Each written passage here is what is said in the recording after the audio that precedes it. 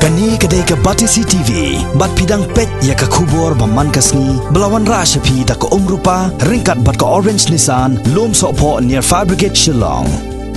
New Nissan Kicks. Bookings open now. Ulat ke Jalan Nagaland URN Ravi, hakakatnya trek mentau benai no opera arja kat kendai. Ula bam smai kum ulat uban pet sipor ke Jalan Meghalaya, namar ke jingshim syuti ulat bamenta kini ke Jala utatha gata roy. Yau RN Ravi hakani ke sengi lapan smai u Chief Justice Jong Kayeng Syari Meghalaya High Court u Justice Muhammad Rafiq hak jelang ke Belalong Haraj Bhavan Shillong hak bala sakhilang ru do Menteri Rangba ke Jala u Konrad Kongkal Sangma bat ki Menteri Sarkar bat kenthop ru yau lampang ke yang darbar thawan ke Jala u ba met ba lingdo bat ki wedi ki officer Jong ke Sarkar. I, RN Ravi, do swear in the name of God that I will faithfully discharge the functions of the Governor of Meghalaya and will, to the best of my ability, preserve, protect and defend the Constitution and the law, and that I will devote myself to the service and well-being of the people of Meghalaya.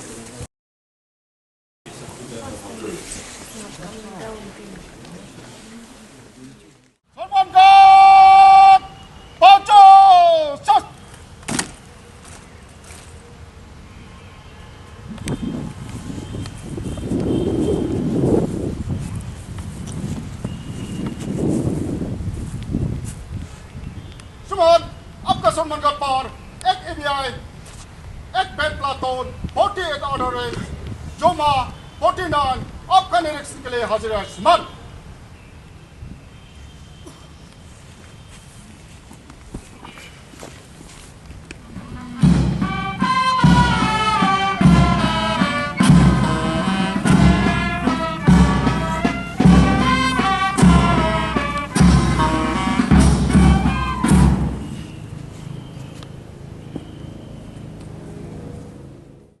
U Menteri Rangba Jong Kani ke Jala u Konrad Kongkal Sangma hak jingkran bakinong pathai kubor ulaong baka sarkar Jala kan nyatrelang baru RN Ravi u badang sushimti kumulat basipor Jong Kani ke Jala hak bedai berkajing petelun yaki kam ki jam bat dikira jong sarkar nak benta kabet kabiang jong pajba nong song Jong Kani ke Jala. Whoever the governor is, it is the government's duty to interact and also to advise the governor. So, as we've been doing in the past, we will continue to advise the governor in the best way possible in the interest of the people.